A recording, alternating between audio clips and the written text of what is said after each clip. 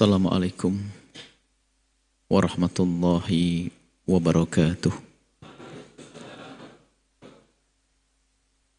Alhamdulillah wa syukru lillah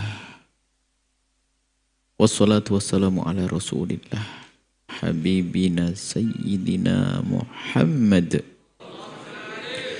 ibn Abdullah wa ala alihi wa ashabihi wa mawalah. Allahumma ya Rabbana inna nas'aluka fahma ulama'ika al-amilin wa ilhama awliya'ika as-salihin.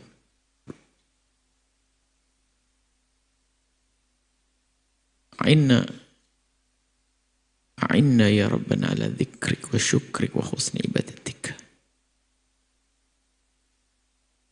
Urzuqna ya Rabbana taubata qabla al-maut, syahadata 'inda al-maut wal jannata ba'da al-maut, amma ba'd. Yang sangat kami cintai, kami muliakan para perindu ridha Allah, para pecinta baginda Nabi Muhammad sallallahu alaihi wasallam. Alhamdulillah, alhamdulillah, alhamdulillah. Mari terus kita tingkatkan syukur kita atas karunia-karunia Allah yang sangat-sangat banyak, yang kita tidak akan mampu untuk menghitungnya. Di antaranya adalah kemudahan yang Allah berikan kepada kita saat ini untuk bergabung bersama dalam upaya untuk mendapatkan ilmu, untuk berbekal ilmu, untuk beramal. Semoga Allah memberikan kepada kita ilmu yang bermanfaat. Dan Allah mudahkan kita untuk mengamalkan ilmu kita. Kita masih di dalam silsilah penjabaran hikmah. Yang kita sudah sampai kepada hikmah yang ke-65. Yang berbunyi, di saat engkau mengajak seseorang kepada kebaikan, pastikan engkau telah tidak memandangnya dengan pandangan yang merendahkan.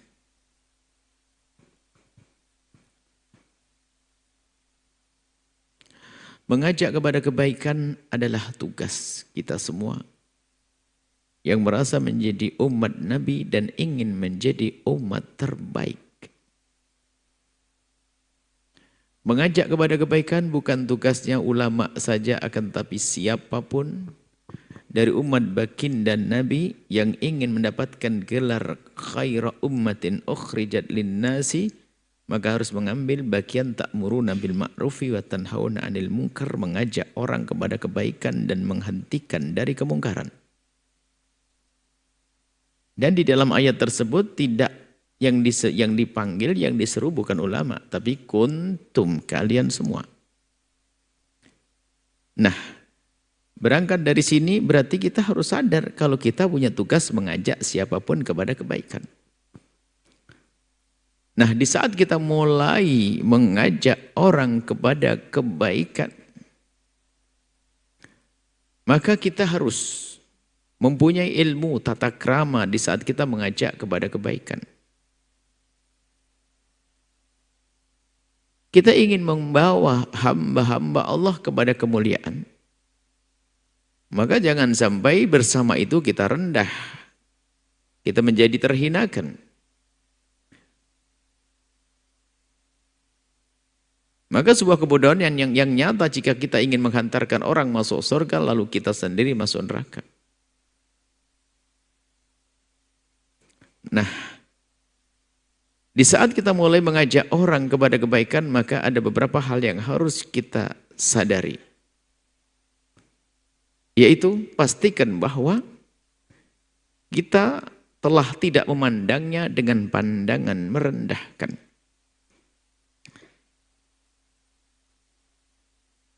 Orang lain kepada kebaikan yaitu perasaan bahwa dia lebih bagus dari dia, dari orang yang akan diajak. Kalau hanya sekedar mengatakan, aku lebih bagus dari orang lain, itu hanya satu kesalahan. Tapi kalau sudah menjadi merendahkan orang lain, menjadi dua kesalahan. Dua ciri orang sombong diambil.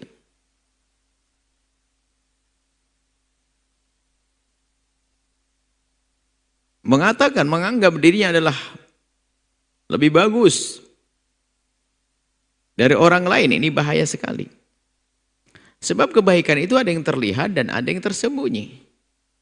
Sehingga siapapun dari kita tidak boleh mengatakan dirinya lebih bagus daripada orang lain. Karena apa? Mungkin kita hanya melihat kebaikan orang-orang yang kita anggap lebih rendah dari kita dari sisi kebaikan zahir. Hanya mungkin kita mandang sholatnya berapa rakaat, mungkin dia pandai derderma.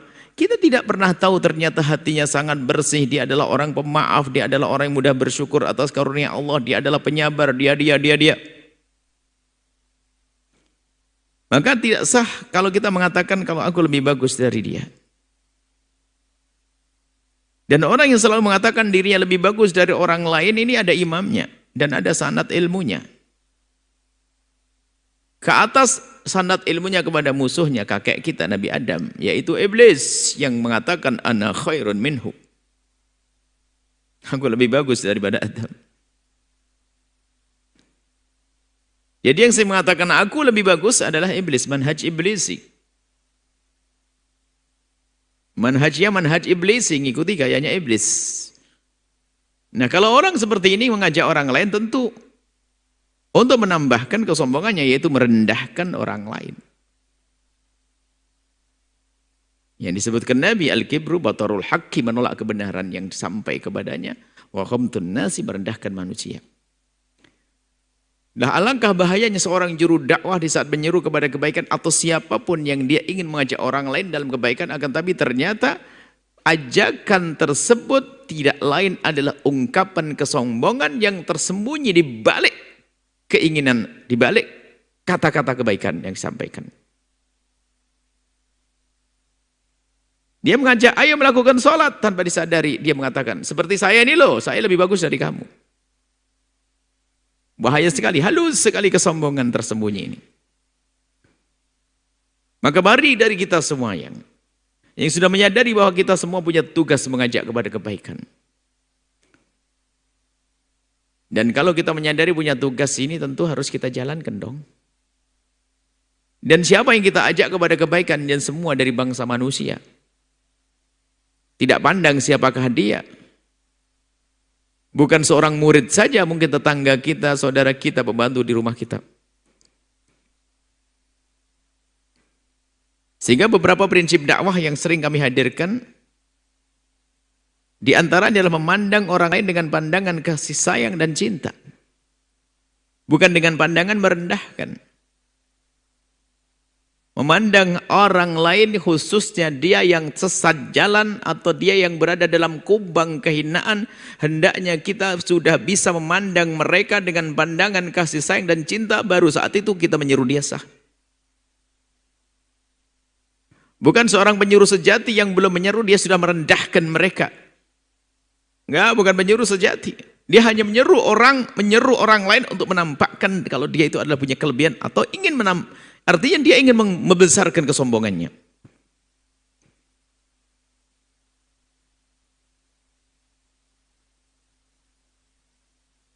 Menata hati. Memandang orang lain dengan pandangan kasih sayang. Bukan dengan pandangan merendahkan. Mungkin suatu ketika kita berada di sebuah perjalanan.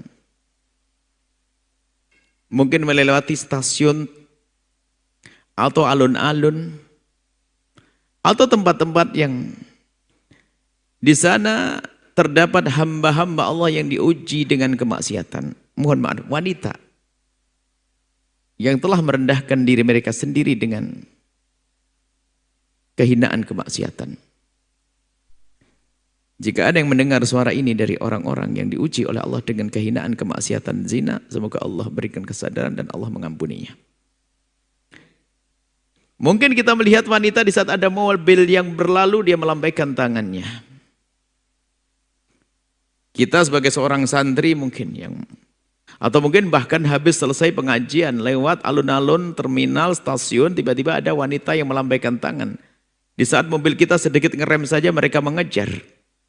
Wanita yang ingin mengajak bermaksiat.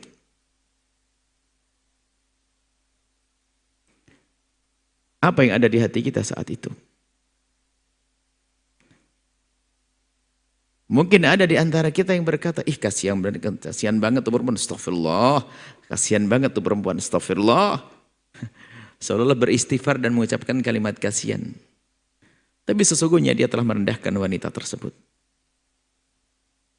Siapa di antara kita yang di saat melihat hamba-hamba Allah yang terjerumus dalam kehinaan, kemudian di saat kita melihat orang tersebut lalu ada sedih di hati, bahkan mungkin dibarengi dengan tetesan air mata, lalu manjatkan doa, ya Allah, itu hambamu yang keuji dengan kehinaan, ampuni dia dan berikan kesadaran, dibarengi dengan tetesan air mata. Siapa yang seperti itu?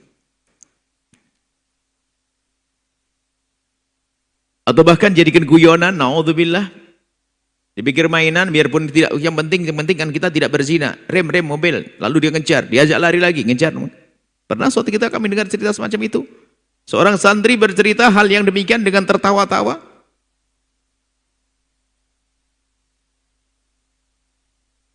Tidak memandang mereka yang terjerumus dalam pandangan kasih sayang, nggak mungkin jadi juru dakwah yang sesungguhnya, dia mestinya menangis karena itu umat Nabi Muhammad terjerumus dalam kehinaan.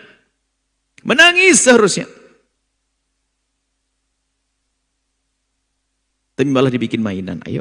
Atau bahkan mungkin ya itu tadi dengan kesombongan, astagfirullah. Pandang mereka dengan pandangan kasih sayang. Sebelum kita bisa memandang siapapun yang terjerumus dalam kehinaan dengan pandangan kasih sayang, jangan melangkah mengajak kepada kebaikan. Sebab apa? Tanpa dasar kasih sayang, maka yang muncul adalah kesombongan. Karena sebetulnya kaidah kita itu menolong orang yang tenggelam. Dan harus ada sedih.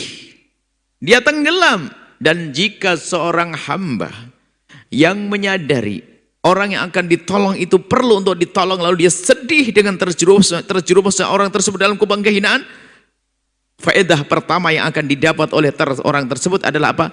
Dia susah untuk terjerumus dalam kehinaan yang serupa.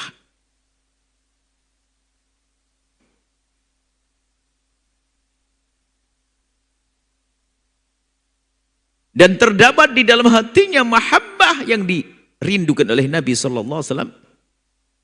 La yu'minu ahadukum hatta yuhibba li akhihi ma yuhibbu li nafsihi. Kalau dia merasa bisa baik, lalu dia belum merindukan kebaikan untuk mereka yang terjerumus, maka belum benar keimanannya.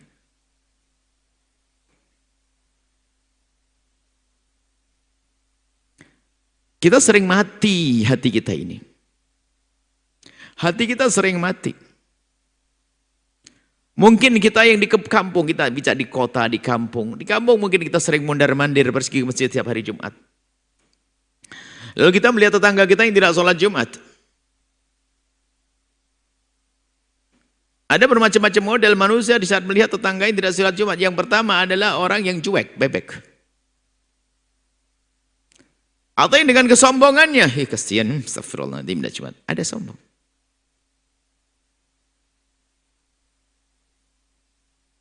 Umumnya adalah dua orang ini. Umumnya adalah dua model manusia. Cuek bebek, gak pernah peduli. Yang tidak peduli sesungguhnya imannya yang kropos. Kita perlu orang yang ketiga, yaitu orang yang di saat melihat tetangganya ada yang tidak sholat Jumat, sementara dia sudah wajib Jumatan. Yang kita inginkan, yang kita rindukan adanya manusia-manusia yang di saat melihat orang-orang seperti itu, lalu hatinya sedih, menitikkan air mata. Tidak lepas dalam panjatan doanya. Akan doakan orang tersebut. Urusan menegur mah nanti, orang menegur, mengajak bicara itu babnya nanti. Bahkan kita harus punya rambu-rambu. Aku tidak boleh mengingatkan dia dengan lisan saya sebelum aku di malam hari mengadu kepada Allah. Itu rumus seharusnya. Cuman kadang orang tidak begitu. Dia mengajak dulu dengan kesombongannya. Tidak. Imam Nawawi mengingatkan sebelum kita mengajar, hendaknya seorang ustadz itu sudah melakukan malamnya itu sholat untuk santri yang akan diajarnya. Atau kalau sudah masuk masjid, jika itu masjid, sholat tahiyatul masjid sekaligus mendoakan. Kalau bukan masjid, sholat 2 rakaat, sholat sunat mutlak, lalu mendoakan muridnya. Hendaknya begitu. Bukan dengan kesombongan. Maka kalau kita ingin mengingatkan seseorang, sudah kita pastikan kita sudah mendoakan terlebih dahulu sebelum kita mengingatkan dengan lisan kita. Di dalam panjatan doa adalah kerinduan kebaikan agar sampai kepada orang tersebut dan agar orang tersebut terentaskan dari kubang kehinaan. Ini harus ditata kalau kita ingin mengajak kepada kebaikan. Dan itulah dai yang sesungguhnya, juru dakwah yang sesungguhnya. Bukan dengan kesombongan atau bukan dengan cuek. Kalau cuek imannya keropos, la yuminu ahadukum hatta yuhibba li akhihi. Berarti enggak ada cinta kepada saudaranya. Imannya di mana?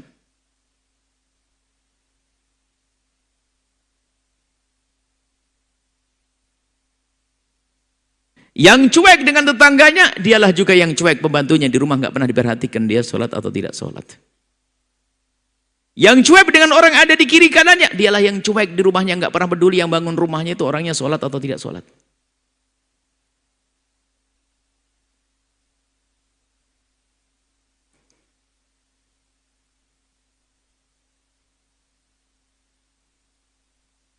Mulai dari diri. Sebelum untuk mengajak orang lain kepada kebaikan, tata hati. Pastikan bahasanya kita telah tidak memandang mereka dengan pandangan merendahkan. Tapi yang ada adalah pandangan kasih, sayang dan cinta. Itulah mata baginda Nabi Sallallahu Alaihi Wasallam. Mata Rasulullah mata kasih. Tidak merendahkan. Di dalam peperangan pun baginda Nabi berharap kalau seandainya mereka tobat masuk Islam sampai enggak terjadi peperangan. Bukan untuk menghancurkan.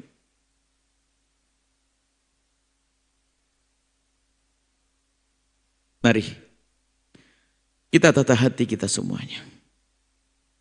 Jangan biasa atau jangan biasakan kita memandang orang lain dengan pandangan merendahkan. Dan itu sebetulnya berangkat dari kekotoran hati. Di dalam hatinya ada prasangka buruk, ada benci, ada dengki, pokoknya gudang kotor, gudang kotoran.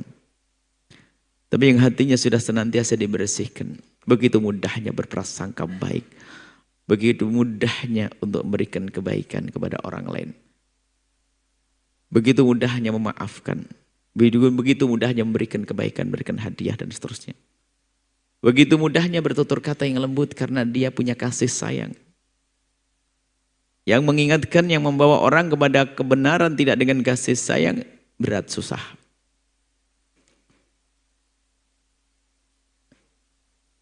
Dan bukan cara Nabi memandang orang lain dengan pandangan merendahkan.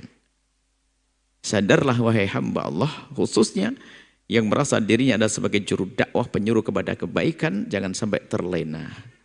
Apalagi sudah menganggap dirinya sudah sampai kepada maqam tinggi, merasa dirinya waliullah, na'udzubillah, gara-gara orang rumunin di kiri kanannya dipikir sudah jadi wali. Tatanya orang yang ada di kiri kanannya penghantar kepada jurang kehinaan, kesombongan. Semakin banyak jamaahnya ternyata semakin sombong. Tumbuh kasih sayang kepada manusia tidak tumbuh. Sehingga tidak pernah peduli dengan orang-orang yang mengalami kehinaan. Akhirnya muncul penghinaan. Bukan himbauan kepada kebaikan, bukan ajakan kepada kemuliaan, akan tapi perendahan, merendahkan. Tersungkur manusia tersebut yang semula seolah-olah dia mengajak kepada kebaikan, akan tapi ternyata semuanya dilakukan hanya untuk membesarkan kesombongannya. Sehingga kalaupun punya pondok pesantren bukan menjadikan dia semakin dekat kepada Allah, semakin menjadikan dirinya sombong. Dia punya murid banyak, tetap menjadikan sebab sombong. Ibadahnya pun juga menjadikan dia sombong, ujub. Rugilah dia. Iblis itu terjerumus bukan dengan kemaksiatan. Iblis itu terjerumus karena kebaikannya. Dia yang merasa sudah sujud, dia adalah bukan dari golongan malaikat karena kebaikannya adalah kebaikan yang luar biasa. Ibaratnya tidak ada sejengkal bumi kecuali sudah digunakan untuk sujud. Iblis punya kebaikan yang banyak Karena dia adalah begitu baik, kebaikannya banyak, ibadahnya banyak, sampai dia digolongkan bersama para malaikat, diangkat bersama rombongan para malaikat. Akan tapi di saat mendapatkan perintah untuk sujud kepada kakek kita, sujud penghormatan, kesombongan yang muncul. Aku yang sudah punya ibadah bertahun-tahun, aku yang sudah pondok banyak ini, aku sudah punya santri ribuan, ibaratnya begitu. Aku sudah menjadi ahli ibadah, sudah punya prestasi begini. Masa saya suruh hormat kepada Adam yang baru diciptakan belum punya prestasi? No, nggak mau saya. Ana khairun minhu. Aba wastakbara. Karena kebaikan yang pernah dilakukan, menjadikan dia sombong. Rugilah dia menjadi hamba yang terkutuk. Di saat ditegur pun karena sombong, bukan insaf lalu mengatakan ampuni aku ya Allah, tidak. Anna khairun minhu. Berbeda dengan ayahanda kita Nabi Adam, manhaj abawi, di saat diingatkan Rabbana dhalamna anfusana, langsung ya Allah kami salah. Wa illam taghfir lana wa tarhamna lanakunanna. Niscaya kami akan menjadi orang-orang yang rugi. Ya Allah, kami menyesal. Selesai. Semoga Allah menjauhkan kita dari kesombongan.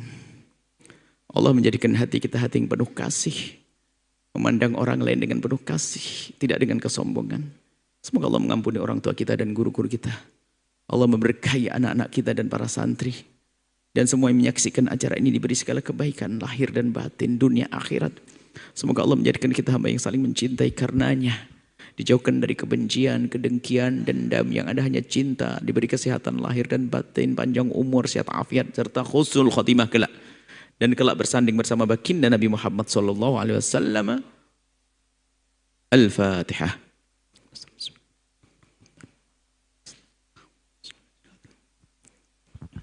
Terima kasih, mohon maaf dan mohon doa selalu. Wabillahi taufiq wal hidayah. Assalamualaikum warahmatullahi wabarakatuh.